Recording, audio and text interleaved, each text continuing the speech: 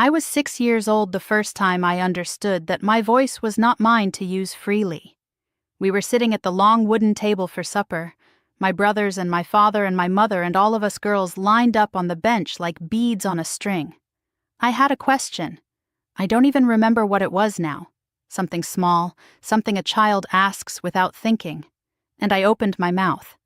My mother's hand came down on my wrist, not hard, just firm. And she looked at me with eyes that said everything her mouth didn't. Not now, not here, not you.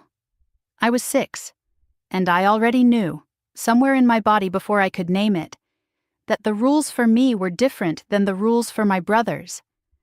My name is Martha. I grew up Old Order Amish in Lancaster County, Pennsylvania. I left in my mid-20s. And this channel is where I finally say the things my community would never allow me to say out loud. If you want to go deeper, the full Amish Insider Guide is in the description. And if you want to keep hearing the truth from behind the prayer cap, subscribe right now and tap the like button. Tell me in the comments, did you grow up somewhere that taught you to be small? I read every single one. Now let me tell you what they actually teach little Amish girls before they are old enough to understand what is being done to them. The first lesson is not spoken out loud. It never is. The first lesson is delivered through 1,000 small moments before a girl turns 5. It is delivered in the way her mother moves through a room, always working, never still, never complaining. It is delivered in the way her father sits at the head of the table while her mother stands at the stove. It is delivered in the way her older sisters clear the dishes before they have finished eating, because the men are done and the men come first. Nobody sits a little Amish girl down and explains this to her. They don't have to. Children absorb what they see. And what I saw every single day from the moment I was old enough to observe anything was a world with a very clear order. Men lead, women follow. Girls learn to follow before they are old enough to question whether the order is right. By the time I was 4, I was already helping my mother fold laundry. By 5, I was setting the table. By 6, I was washing dishes while my brothers went outside to play after supper. I did not think this was unfair. I had never been shown a world where it could be any other way. That is the first mechanism of control. Not force, not punishment, but the complete absence of any alternative. You cannot want what you have never seen. The second lesson comes around age 6 or 7, when girls begin to understand the Ordnung more consciously. The Ordnung, our unwritten code that governs everything, is never handed to you as a document. It lives in correction. Every time you step outside its lines, someone pulls you back. And for girls, the lines are drawn tighter than for boys from the very beginning. My brother Samuel, 2 years older than me, could run to the neighbor's farm without asking. He could raise his hand in church to ask the deacon a question. He could speak at the supper table without waiting for a pause. These were not things that were ever forbidden to him out loud. They were simply allowed in the way that air is allowed, unremarkable, assumed. For me and my sisters, none of those things were allowed in the same way. We asked permission before we left the yard. We did not speak in church. At the table, we listened. If we wanted to say something, we learned to catch our mother's eye first and read whether the moment was acceptable. We learned, very young, to take up as little space as possible. And when we did step outside those invisible lines, when we spoke too loudly, when we pushed back, when we showed what the community called Eigensinn, which means self-will, our own thinking, the correction came swiftly, not always as punishment. Sometimes it was a look, sometimes it was a quiet word from our mother later. Sometimes it was the bishop's wife touching your arm after church and saying softly that a girl who thinks too much of herself has forgotten who she belongs to. That sentence. I heard a version of it more times than I can count growing up. A girl who thinks too much of herself has forgotten who she belongs to. If you want to go deeper, the full Amish Insider Guide is in the description. Everything I'm telling you here, the Ordnung, the correction, the silence, it's all part of something much larger, and the guide goes into all of it. The third lesson is the one that reaches deepest, because it is wrapped in something that feels like love. Around age 7 or 8, Amish girls begin receiving what I can only describe as theological instruction in smallness. It comes from the church, from the bishop's sermons, from the way scripture is selected and interpreted and handed to you. Gelassenheit. That is the word at the center of Amish life. It is a German word, and it is translated as yielding, submission, letting go of the self. In my community, Gelassenheit was considered the highest virtue. The goal of a good Amish life was to yield your own will to God's will and the community's interpretation of God's will completely. For men and boys, Gelassenheit looked like humility about work, about possessions, about pride. It was about not standing out, not buying a bigger farm than your neighbor to show off, not decorating your buggy, keeping yourself plain. For women and girls, Gelassenheit meant something different in practice. It meant your husband's judgment over your own. It meant the bishop's interpretation of Scripture over your own reading of it. It meant that a woman who deferred, who yielded, who asked before she acted, that woman was closer to God than a woman who trusted her own mind. I was 8 years old when a woman in our district left her husband. I will not tell you the details of why because they were serious, and she had real reasons. What I remember is the Sunday afterward, when the bishop spoke about it in church. He did not say her name, but everyone knew. And what he said was this: a woman who cannot yield her will is a woman who has placed herself above God. I was 8. I sat on that hard wooden bench and I heard that, and something in me understood, at a level below conscious thought, that the cost of self-will for a woman was not just social, it was spiritual, it was eternal. And that is a very heavy thing to put inside a child. My friend Rebecca grew up in a stricter district than mine, over in Ohio. We met years later after we had both left.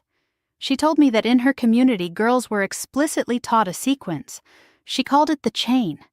God, then the church, then the husband, then the children. A woman existed within that chain. Her role was to keep it intact. Rebecca said that by the time she was 9, she had already learned not to disagree with her older brother in front of others, even when he was wrong. Not because anyone had sat her down and told her, but because she had seen, enough times, the face her mother made when Rebecca spoke out of turn. That face, quiet, tightened, worried, communicated everything. You are making this harder for all of us. Be small, be easy. Disappear into the chain.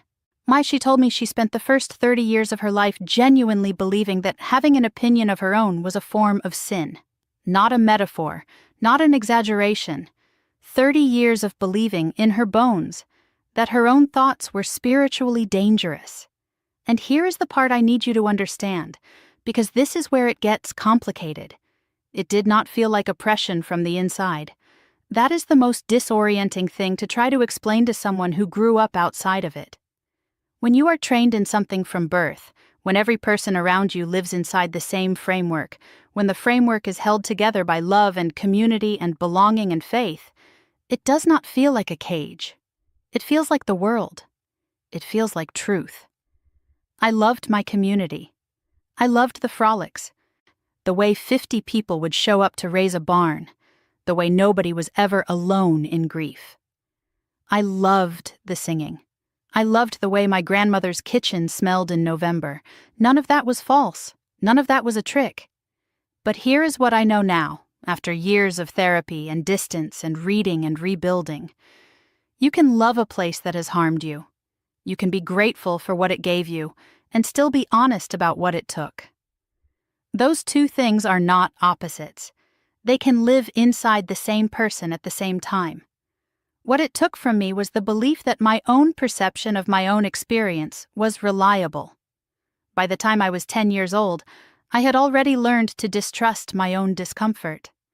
When something felt wrong, my first response was not "this is wrong," it was "what is wrong with me for feeling this?" That internal reversal, that automatic self-blame, is one of the most effective mechanisms of control I have ever encountered. And it was installed in me before I was old enough to read. If you want to go deeper into how this system works, and how women eventually find their way out of it, The full Amish Insider Guide is in the description. It covers things I can't get to in a single video. There was a teacher in our one-room schoolhouse. Her name was Sister Ara, and she was the first adult woman I ever saw who held still when she spoke. Not frozen, not submissive, just still. Like someone who had decided she was allowed to take up space. She was Amish. She was plain. She wore her prayer cap and her long dress. She was not radical in any visible way, but when she taught, she would pause and look at you, really look, and ask, what do you think? Not what does the answer say. What do you think? I remember the first time she asked me that. I was 7. I looked around the room, certain I had misunderstood. What did I think? The question seemed almost nonsensical, like being asked what color the sky tasted. I had opinions. Of course I had opinions, but the idea that an adult was asking for them, was waiting for them, was leaning forward slightly to hear them, that was new. That was a gap in the architecture.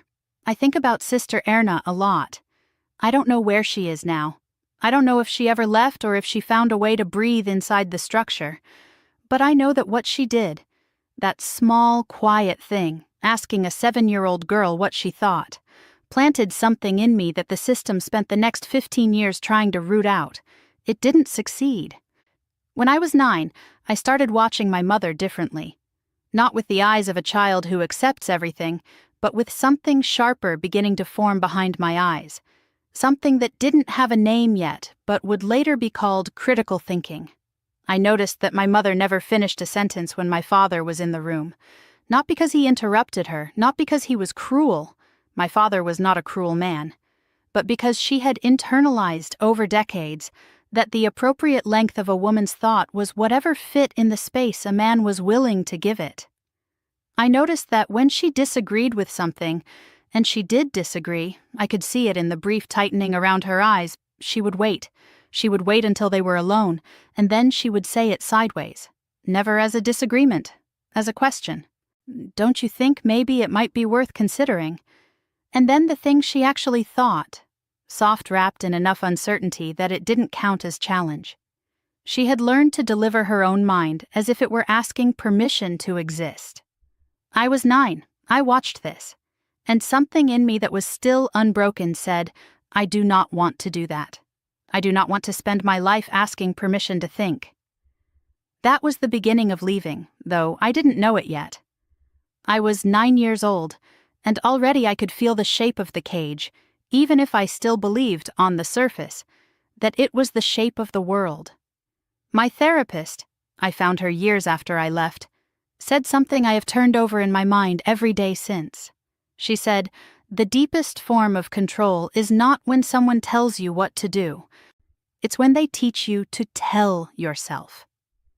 By 10 years old, most Amish girls have already learned to police themselves. They have learned to silence the voice that says, this is not fair. They have learned to interpret their own discomfort as spiritual weakness. They have learned that the highest praise they can receive is that she is such a good, quiet girl, and they have learned to want that praise, because inside a closed community, that praise is how you survive. It is belonging. And belonging, when it is the only world you have, is everything. That is not weakness. I want to say that clearly. The girls who learned those lessons, who mastered that disappearing act, they were not weak. They were surviving. They were doing exactly what any intelligent person does inside a system that offers love and belonging on one side and shunning and exile on the other. They were making the only rational choice available to them. The cruelty was not in the girls. The cruelty was in the choice they were given. If you grew up somewhere that taught you that your needs were selfish, that your voice was too loud, that your job was to make yourself easy, I see you. If you spent years believing that your own discomfort was a spiritual problem, a character flaw, evidence of too much pride, you are not alone. What was installed in you before you were old enough to consent to it was not truth. It was a system.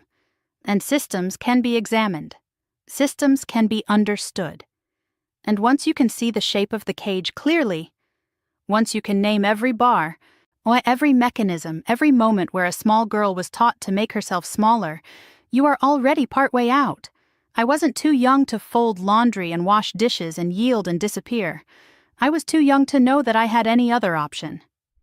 If this story opened something in you, leave me a comment. Tell me what part stayed with you.